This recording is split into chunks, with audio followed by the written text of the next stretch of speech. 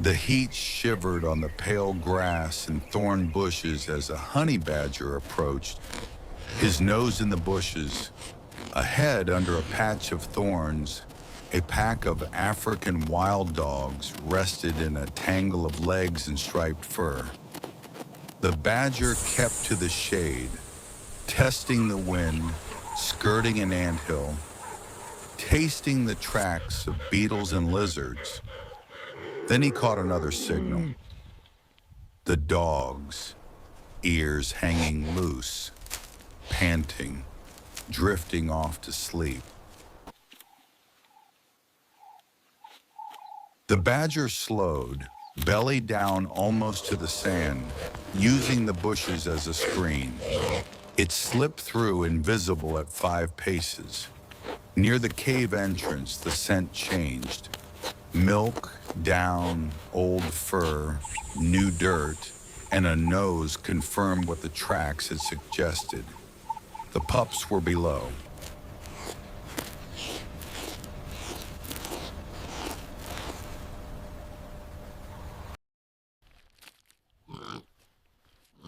A moment later, it pulled back, its jaws full of a struggling puppy, eyes hard, and turned back the way it had come.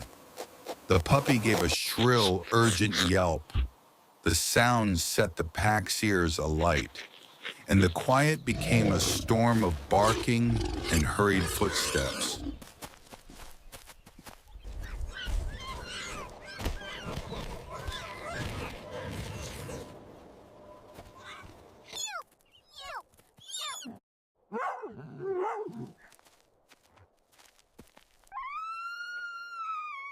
The badger sped up, but the pack had already spread out and closed in.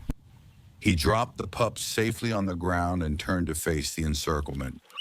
Dust rose, the pack widened and tightened. Barks rang out as they coordinated their angles. The badger lowered its head, bristles bristling, and held on with its claws, digging into the ground. They tested speed, stamina, looking for an opening.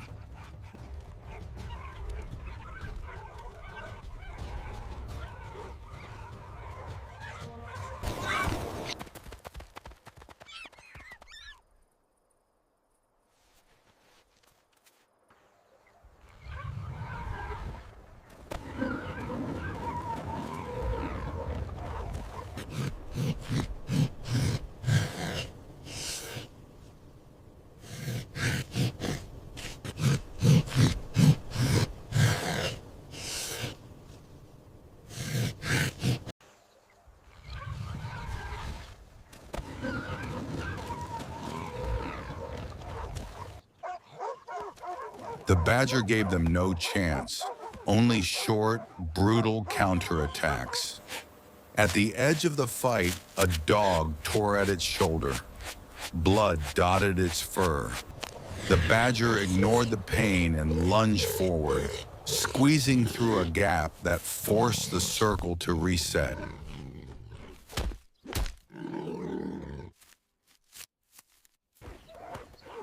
The dogs were relentless, and their strategy shifted from destroy to wear down, harassing the legs, robbing the breath. But the honey badger's rubbery hide and strong neck muscles made the bites slip away. The situation was stalemate. The heat was heavy. The circle breathed in and out. Attack and retreat. The strength was there, but the time was not. The badger read the rhythm of the pack, waited for the two to overtake, and leaped through the gap they left. The escape began with a bang. The honey badger ran low along a fold in the ground. The pack of wild dogs followed, not charging in droves, but setting a course, nipping at its flanks to steer it away from the den and its pups. The dogs did not need victory, they only needed distance. Behind them, the noise died down. satisfied that the thief had been driven away. African wild dogs thrive on cooperation and speed. A pack is a family, not a mob. Their communication is continuous and multi-layered. High-pitched chirps in greeting, low-pitched growls in dispute, and even decisions to move are based on a sneeze vote. Energy is the currency of their world, and they spend it wisely. They are the most successful predator in Africa.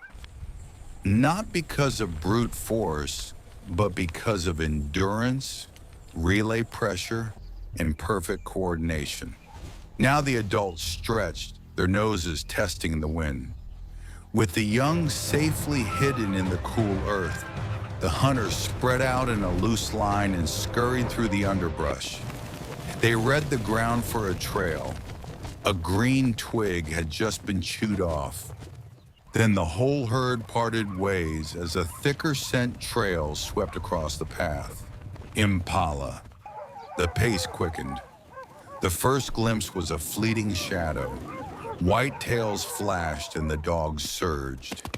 The Impalas exploded, leaping high, and the chase stretched on like a rope. The gazelle was faster. The dogs were tireless.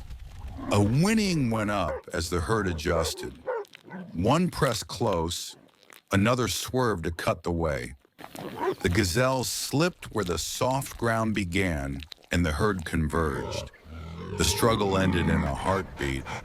The eating was frantic because time was a thief. Efficiency under pressure.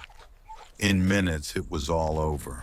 Once the first pangs of hunger are appeased, the social machinery of sharing kicks into gear.